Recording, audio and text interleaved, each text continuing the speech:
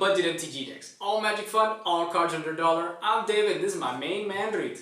Hey everybody, today we're going to talk about a fun and effective EDH deck you can build without breaking the bank. Now today's deck is going to be a very special deck. It's going to be a 5-color tribal deck, and it's going to be tribal with the most classic of creatures, the dragons.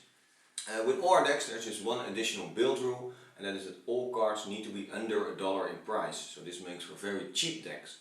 There's just one exception to this rule, and that is the commander can be over $1 because we need some very cool commanders. That's right. So let's take a look at the commander. And do we have a commander for you today? We have Scion of the Dragon. For 5 mana, one of each color, we get a 4/4 flying dragon. Now what's super awesome about Scion of the Dragon is that it has an ability. You pay 2 colorless mana, you can search your library for any dragon card, put it into your graveyard, and then Scion of the Dragon becomes that dragon till the end of the turn. Once it does this, it loses that ability, so it can only become 1 dragon per turn. Cool thing is there's loads of dragons in this deck, obviously, so you always have the dragon, exactly the dragon you need at that point in time. The role of this commander is basically to make sure we have a toolbox deck. We put in loads of dragons in here, and they can all do wildly different stuff, so Scion of the Dragon can always become exactly the dragon you need for the threat at hand. On top of that, we also have a lot of dragons which do tons and tons of damage, so you can win with commander damage. So dude, what type of cards are we going to need to make this work? Well, of course, first off we have 27 dragon cards, all the toolbox dragons. Then we have 12 control spells. We have 11 utility cards, we will see later. We have 9 mana ramp cards, because we do need all the colors of course, and it's a very mana intensive deck. True. And of course we have 40 land cards. Very good. So what's the ideal turn progression going to look like? Turn 1 some mana ramp, turn 2 also mana ramp, and then turn 3 a small dragon, turn 4 a large dragon, turn 5 we will cast the commander, preferably when we have 2 spare mana to make sure he can become a haste creature, or, well, could be a hexproof creature, sure, if you're scared of removal. Very smart. Then turn 6 we will like to play some control spells, and of course more dragons. Yeah, we're talking about dragons, and dragons are exactly what is in vast abundance of this deck, so let's have a look at the dragon cards. We divided the dragons into 3 categories. The first one is the commander target, so these are the awesome dragons which we're going to want Scion of the Dragon to become. Then we've got big dragons. These are the ones we're going to cast straight from our hand, and they're going to help us because they're pretty big flyers. And then we've got small dragons. They're going to come in really early and also help us a little bit with the tribal theme. The first card is Tyrant's Familiar. For 7 mana, we get a 5/5 flyer with haste. And on top of that, it has Lieutenant. This means that when you control your commander, which you will do if you make Scion of the Dragon into Tyrant's Familiar, this dragon gets +2/+2, and whenever it attacks, so before the common damage deal step, it deals 7 damage to target creature defending player controls. This is one of the biggest crucial dragon cards in the deck to play early on, because when you have Scion of the Dragon on the battlefield, you want to remove something in a lot of cases. Very nice. Also has haste. Also very important, because when you put Scion of the Dragon onto the battlefield and you have 2 spare mana, you can attack right away. Yeah, perfect. Then we have Darka World Render. For 7 mana, we get a 6/4 flyer with Trample. On top of that, whenever a dragon you control attacks, it gains double strike till the end of the turn. Super powerful. So this means all dragons, and if Scion of the Dragon will become this, it will be 12 trample damage, maybe even more if you have some boosting dragons, and all dragons will have double strike, which is insane damage. That is a lot of commander damage coming your way. Then we have Ajutai, Soul of Winter. For 7 mana, we get a 5/6 flying with Vigilance, and whenever a dragon you control attacks, you get to tap target non-land permanent defending player controls. Is actually any opponent controls, not defending, not even defending player controls. So any opponent controls, and that permanent does not untap in its next untap phase. Yeah, so if you have a few dragons, each dragon will trigger this ability, and you get to tap the biggest threats on the battlefield. Well, it's just kind of a sort of removal. Yeah, it's super handy, the fact that you can attack one opponent that has not great defense, and then you can tap the things of the other opponent. So you can attack him next turn. Very versatile. Then we have Siege Dragon. For 7 mana, we get a 5/5 flyer. When it enters the battlefield, you destroy all walls your opponents control. Probably not going to be very relevant, but whenever this guy attacks, you get to do 2 points of damage to each creature defending opponent controls without flying. Yeah, so very nice, especially against a lot of small creatures. Yeah. Very big card. Yeah, you're gonna have people are gonna have mana dorks. People are gonna have creatures that have low toughness but have great utility, great effects. This guy gets rid of all of them, and that's before they can block. Yeah. Then we have Steel Hellkite for 6 mana. We get a 5/5 flyer with fire breathing for 2 colorless. And on top of that, when it's dealt damage to an opponent, you get to pay X mana, and you can destroy each non-land permanent which has converted mana cost X. Yeah, so this is exactly that converted mana cost. That's important to know. And also, this creature has to get through, and then you can use this ability. Yeah, but for example, against token decks, you just pay 0, and then you wipe all their tokens. If somebody has a bunch of 3 mana rocks, for example, you just wipe them all out. If they're all 3, it can do so much damage. It's very nice. Yeah. Flame Blast Dragon is next for 6 mana. We have a 5/5 flyer. Plus, when it attacks, you get to pay red and X, and then you get to do X damage to target creature or player. Yeah, so in some cases you will use this to end the game, or end one person's game. Well, that's nice. Yeah. And you can also destroy a creature, so very versatile card too. Yeah, what can happen is that somebody might have a defense that you can't get through, but they may be low in life, so you say, I'm just going to attack you with my Flame Blast Dragon, or with my commander that has become Flame Blast Dragon. And since it's in the attack phase, they can block all they want, but you can still shoot that damage to their dice and kill them anyway. Then we have Silumgar, the Drifting Death. For 6 mana, we get a 3/7, so not a lot of power, a lot of toughness. It's got flying and hexproof. In addition to that, whenever a dragon you control attacks, creatures defending player controls get -1/-1 till the end of turn. Yeah, so this is per attacking dragon. So this is very, very big. The great thing about this is usually you can use this card in 2 ways. Either you can leave 2 mana open, and whenever somebody targets your commander with a spell, you're going to have him become Silumgar. So then he has hexproof, and then the spell fizzles and it doesn't do anything to him. So great protection.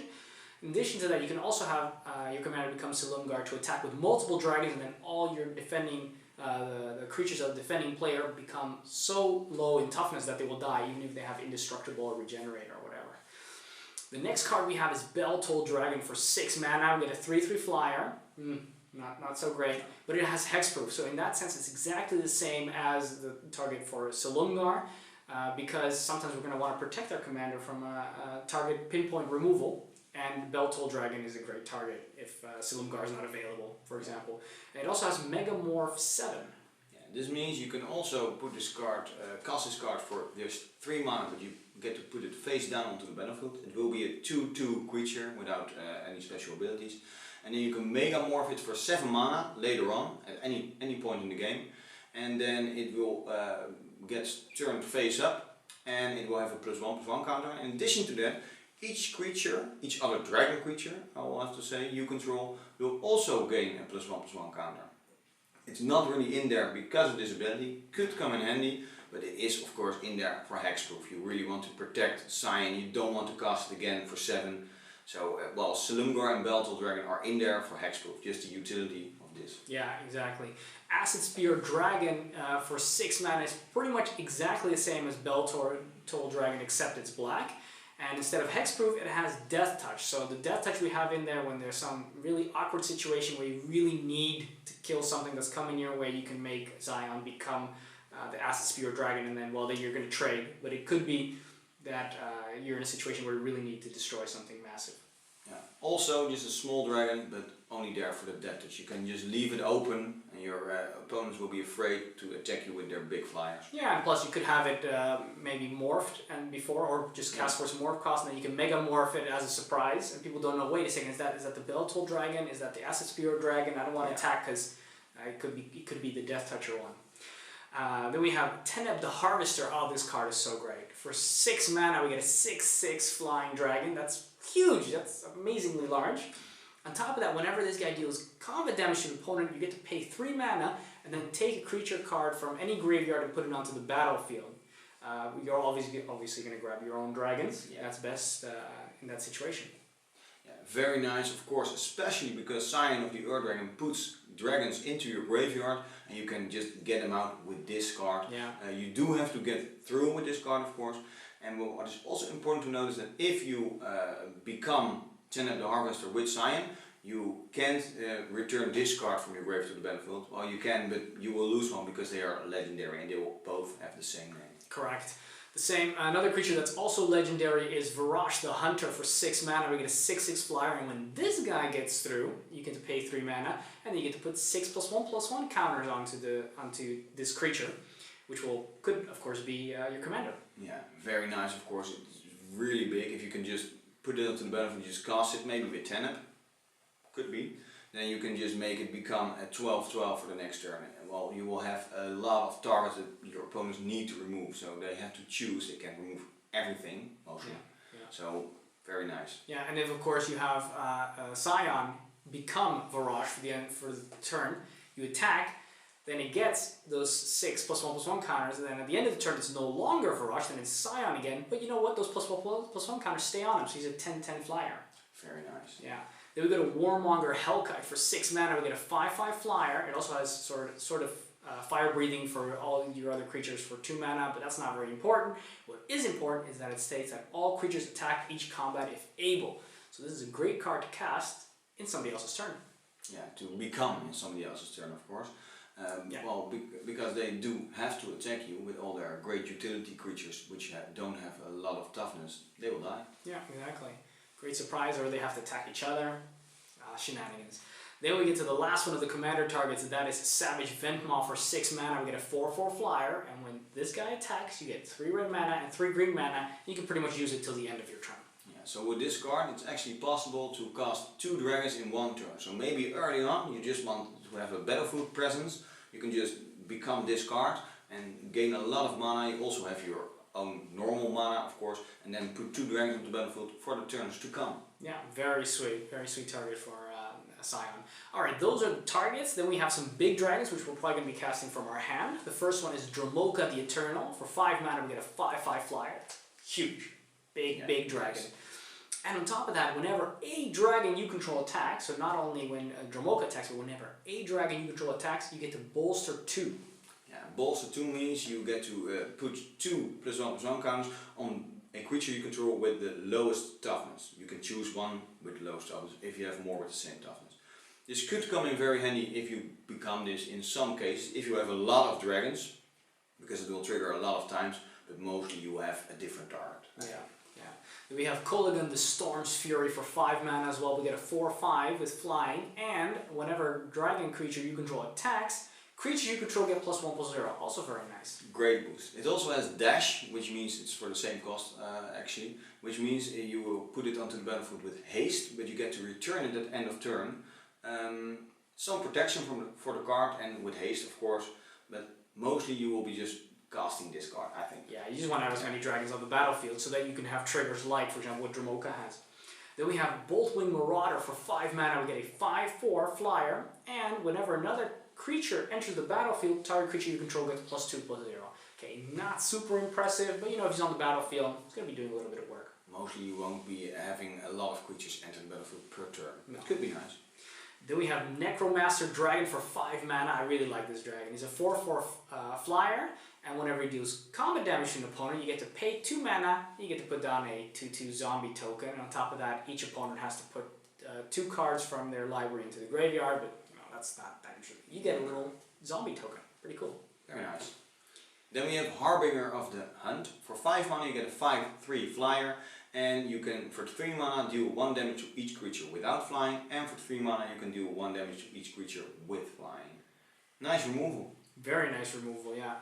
Then we have Sun-Scorched Regent for 5 mana. We get a 4/3 guy with flying, and whenever an opponent plays a spell, you get to put a +1/+1 counter on it, and you gain a life. Now, the life's not so big, but the +1/+1 counter can get out of control real quick. Yeah, if you have a few opponents, maybe you're playing a 4-player game, there will be a lot of spells, so your opponents need to remove this card, but that's going to be a problem because they also want to remove Scion or maybe something else. Yeah, exactly. Then we have Spellbound Dragon for 5 mana. We get a 3/5, very low toughness, flying dragon. I'm sorry, very low power, but his power gets increased because whenever he attacks, you get to reveal the top card of your library, and you get to add that card's converted mana cost in power to Spellbound Dragon. So it could actually be pretty big, right? Yeah, very nice. around 30 cards in this deck are 5, 6 or 7 mana, so it will be a chance of 1 in 3 that it becomes pretty big. Yeah. Then we have Hypersonic Dragon for 5 mana, we get a 4/4 flyer with haste, and all our sorceries can be cast as instants. Yeah, that's not that big, sorceries don't have a lot of sorceries, but well, 4/4 flyer with haste could be a target for a commander. Don't think you will do that, but it could be. Yeah, if anything, it could be a surprise for people when you cast it and you can attack immediately, and it'll be an extra trigger for one of your whenever a dragon attacks triggers. Then we have the last one, that's Molten Steel Dragon for 4 mana and 2 Phyrexian red mana. We get a 4/4 flyer, and on top of that it also has Fire Breathing for 1 red Phyrexian mana. What's really cool about this guy is actually, because we're in Commander with that so much life, we're just going to be casting this guy for 4 mana and for 4 life. Yeah, and also, this is also a very big threat because your opponents have to block it. You could, for example, if you still have enough life of course, pay around 20 life and it will be a 14/4, which is, well, too big. They have to block this creature and it could actually finish the game if they don't block it. Yeah, or if you have your commander be Molten Steel Dragon, you could be, okay, well, you know what, I can kill you with command damage if you don't block. Exactly. Well, those are the big dragons. Now we get to look at the little dragons and the small dragons. The first one is a Dragon Egg for 3 mana. We get a 0/2 with Defender. When this card dies, you get to put down a 2/2 flying dragon token with Fire Breathing. Then we have Dragon Hatchling for 2 mana. It's a 0/1. It's also a flyer, and it says Fire Breathing for 1 red mana. Then we have Dragon Whelp for 4 mana. We get a 2/3 with flying and Fire Breathing, but you can only activate it 3 times, because if you activate it 4 more times, it will die at the end of the turn. Then we have Furnace Whelp for 4 mana, 2/2 flyer, also with Fire Breathing for 1 red. And lastly, we have Hellkite Hatchling for 4 mana. We get a 2/2 with Devour 1, and if it has devoured a creature, it gains flying and trample. So if you devour a creature, it gets a +1/+1 counter for each creature devoured, and it gets flying and trample. Not too bad. Not that many times you will devour a creature. You can if you have a small one, but it might be difficult. These are more in there just for flavor. They could be nice to cast early on, but they're in there for flavor. Just nice, some dragons. Yeah, and more little guys to trigger the dragon effects. Alright, well those are the dragons. Once we have a nice little board presence, we're going to want to make sure that we can control the battlefield and make sure that we can remove the biggest threats for our game plan. So let's have a look at the control cards. We divide the control cards into 2 categories. First one is the charms. The charms are going to give us a variety of different effects. And secondly, the mass removal cards, which are going to give us a little bit of control over the battlefield when everybody starts spamming loads and loads of creatures. Let's just sound off the charms one by one. We have Abzan Charm, Temur Charm, Esper Charm, Jeskai Charm, Sultai Charm, Junt Charm, Mardu Charm, Grixis Charm, and Naya Charm. Now all these charms do a variety of things, as David just said. We won't go over all these cards individually because it takes a lot of time. You just get to choose one of 3 things basically. So let's see all the variety of effects these cards have, David. Yeah. First of all, there's cards that allow us to either draw cards or make our opponents discard cards.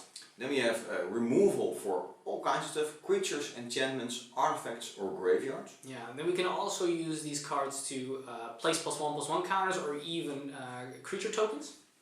Then we have abilities to tap creatures or deal damage to each creature and opponent controls. Yeah, then we even have one that allows us to get a creature or a target spell from a graveyard back into our hand. Which is of course very handy with Scion's ability to put creatures into the graveyard from your library.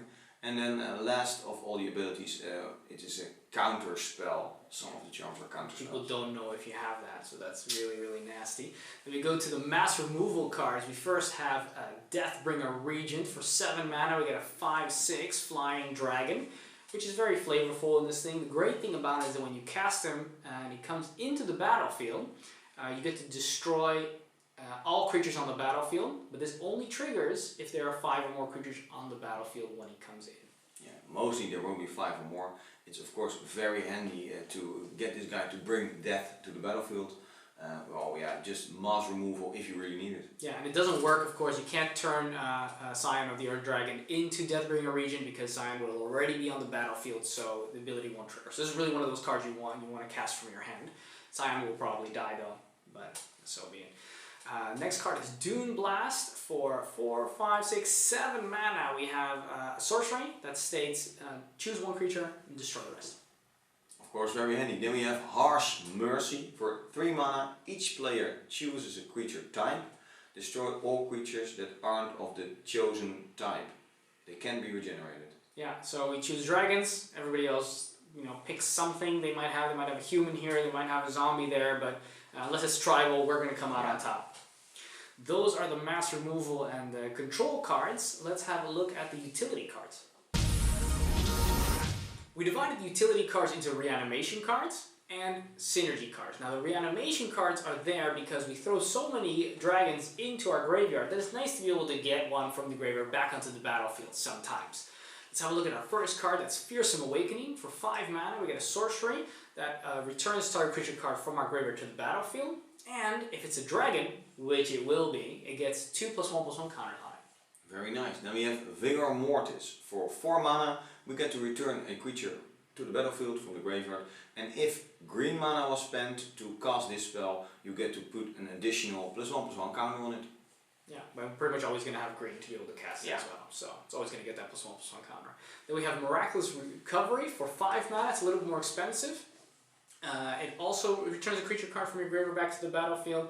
It also gets a +1/+1 counter. It doesn't matter what mana you use to cast it. On top of that, it's also instant, so it's very nice. You can use it to surprise your opponent. They think, oh, I'm attacking you. You use it to bring a creature, instant speed, back from the battlefield back from the graveyard to the battlefield to surprise them. Then we have Unburial Rites. For 5 mana we get to return a creature card from our graveyard to the battlefield, and which is of course awesome about this card is that it has flashback. For 4 mana you can cast it again from your graveyard and then you get to exile it. So you get 2 dragons from your graveyard with just 1 card. Super good. Then we come to one of my favorite reanimation spells. It's Cauldron Dance for 6 mana. We play it only during combat, so you just play it when you say, okay, now it's going to be my combat phase. It's not when you've already attacked or anything, just basically after your first main phase. It's an instant. What happens then is you get to take a creature card from your graveyard, put it onto the battlefield. Then at the end of the turn, you're going to put that creature back into your hand. You can also put a creature from your hand onto the battlefield, and at the end of the turn, that one's going to go into the graveyard. So basically those 2 cards are going to trade places, but in the meantime, they're going to be on the battlefield. They're going to have haste, you're going to be able to attack with them, and usually it's going to be, even if you have only 1 dragon on the battlefield, you cast this, all of a sudden you're attacking with 3 dragons. That comes out of nowhere. Yeah, it's going to be hell on the battlefield. Absolutely. You will get a lot of dragons, instant speed onto the battlefield. From your hand, from your graveyard, it's just insane. We only chose to have 5 reanimation spells in this deck, and they are very handy, but you don't want a lot of them, especially not early game, because you do need some dragons, you need to cast Scion, so it's very handy later on in the game to have, but not more than 1 or 2. Yeah, exactly. Then we go to the synergy cards. These cards are going to work very well with our dragons. The first one is Fires of Yavimaya. For 3 mana we get an enchantment that states that creatures you control have haste. Usually you want your dragons to have haste, so you can get that utility from their attacking off as soon as possible. On top of that, you can also sacrifice this enchantment and give target creature +2/+2. Very nice. For example, if your commander is Atarka and you're doing double strike damage. Then we have Timur Ascendancy. For 3 mana, all your creatures have haste again, and whenever a creature with power 4 or greater enters the battlefield under your control, you may draw a card. And of course you have a lot of 4 power creatures. All your dragons will be 4 power. Exactly, so it gives you actually the ability of the Fires of Yavimaya, plus you're going to be able to get card draw. Yeah, draw's very nice. Yeah. Very nice. Then we go to Dragon Lord Servant. For only 2 mana, I go to 1/3, and it says dragon spells cost 1 less to cast. It's only for you. It's great. Very nice. Then we have Sarkhan's Triumph. For 3 mana, you can search your library for a dragon card, reveal it, put it into your hand, and shuffle your library. Very handy, instant speed, so you can just keep all your mana open to maybe protect your commander, and in the end of the last player's turn before your turn, you can cast this. Yeah, look for a nice little dragon that you might want to use. That's handy at that point in time. Then we move on to Descendants Path. It's an enchantment for 3 mana. At the beginning of your upkeep, reveal the top card of your library. If you have a dragon and you draw a dragon, pretty much you're going to be able to put it onto the battlefield for free. That's pretty much what it does. Yeah. And otherwise it goes to the bottom of your library. 1 in 3 cards will be a dragon, so very nice. Then we have Call to the Kindred. Do I say it correctly? Yeah. Kindred, yeah. It's 4 mana. Well, this one is a little different. It's 1 mana more, of course, than the Descendants path. It will be an aura, so it will be enchanting a creature, so it's easier to remove. Yeah. But the greatest benefit of this card is at the beginning of your upkeep again, you may reveal or you look at the top 5 cards of your library. If you do, you may put a creature card that shares a creature type with enchanted creature from among them onto the battlefield. So with this card you will get more reliably big dragons onto the battlefield. So this is very, very nice. Yeah, well, it's a little bit more expensive and it's easier to remove, but yeah, being able to check the top 5 cards rather than the top 1 card is going to be huge. The rest of the cards that are not dragons are going to go to the bottom of the library. And those are the synergy cards. As you may have noticed already, these spells are all very expensive to cast. The dragons are very expensive, and we have a lot of different colors in the deck, so we're going to need some mana ramp to make sure we get to those colors and we get to that extreme amount of mana. So let's have a look at the mana ramp. The first mana ramp card we have is Search for Tomorrow. Now for 3 mana we get to look for a basic land card and put it onto the battlefield. Yeah, very nice of course, but it has Suspend too, which means you can actually choose to suspend it instead of casting it. You suspend it just for 1 green mana, so you can do this turn 1 if you have a forest. And then you exile it and you get to remove a time counter from it in each of your upkeep. So 2 turns later you can cast it without paying its mana cost. What is also important to note is that you get to put the land untapped onto the battlefield, which could come in very handy. Yeah, unlike Rampant Growth, for 2 mana we also get to search for a basic land card, comes onto the battlefield tapped. Very similar to Farseek, also the same price, except in this case you actually can't look for a forest. Then we have Fertile Ground. You can enchant a land for 2 mana, and when this land is tapped for mana, its controller adds 1 mana of any color to his mana pool. So a land gives you 2 mana. Yeah, and we have Cultivate for 3 mana. We get to look for 2 basic land cards, put one of them into the battlefield tapped, the other one into our hand, and that's actually the same as Kodama's Reach. Then we have Harrow for 3 mana. You can cast this and you get to sacrifice a land. But then you get to search your library for 2 basic land cards and put them onto the battlefield untapped, which is very nice. Yeah, it actually allows you to sometimes maybe even cast something small and after you cast this. Then we have a Journey of Discovery for 3 mana. We get to do one of 2 things. We either get to look for 2 basic land cards, put them into our hand, or we get to play an additional 2 lands this turn, or if we pay 6 mana we can do both. Usually we're only just going to be looking for those basic land cards that we're still missing color-wise. Then we have Explosive Vegetation. For 4 mana you can search your library for 2 basic land cards and put them onto the battlefield tapped. Yeah. Well, those are the mana ramp cards, and as usual we cannot cast anything unless we have the right lands, so let's have a look at the lands. We divided lands into 4 of each basic land, except for Forest, which has 2 extra, so that's 6. We have 6 forest lands. Then we also have 18 utility lands, and let's have a closer look at the utility lands. First we have Jungle Shrine, Savage Lands, Opulent Palace, and Sandstep Citadel. Now they're all tri-lands, so they give us 3 colors and they come in tapped. What they all have in common is that they all give green mana among other colors. Then we have Blossoming Sands, Jungle Hollow, Rugged Highlands, and Thornwood Falls. They all give you a green and a different color, but they get put onto the battlefield tapped. And well, you also gain 1 life when you put them onto the battlefield. Why we chose to have all these lands give green mana is that we have some ramp, of course, which uses green. So this is actually the reason we really need green early on in the game, and the other colors will come later. Exactly. Then we have Transguild Promenade and Rupture Spire. They come in tapped, and you have to actually pay a mana when it comes in, so you can't do it on turn 1. But if you do that, this line will be able to give you 1 mana of any color.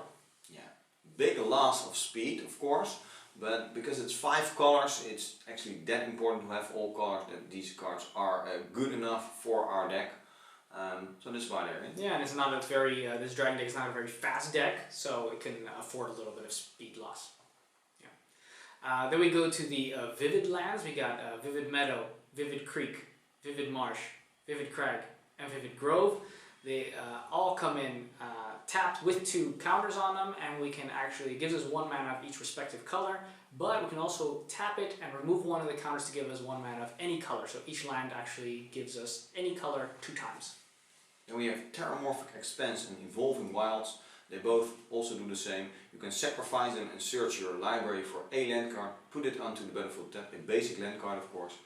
So this is what it is. Yeah, very good. Those are the lands. Let's move on to the conclusion. In conclusion, this deck is a lot of fun because you get to play with dragons, and actually that's all I got. Okay, well that's all you got. Well, what I think is very nice about the deck is that you have a great toolbox of all these dragons that solve any problem for you. Any problem your opponent throws at you, you will have a solution. That's very nice. Also nice is that at the start of the game you won't be a big threat, so your opponents will leave you alone a little bit, and then all of a sudden you just explode into all these big dragons that keep on boosting each other. You get control over the battlefield with, for example, your charms, or maybe Salumgar, or what is the other one? Tyrant's Familiar. Yeah. You just Steal gain some Hellkite. control. Steal Hellkite, of course. Yeah. That's just insane about this deck. I really like the deck. Yeah, especially it's so flavorful. You know, you start the game off, you got little tiny little dragons, then you got little bigger dragons, then you got your commander that becomes whatever is best for that situation.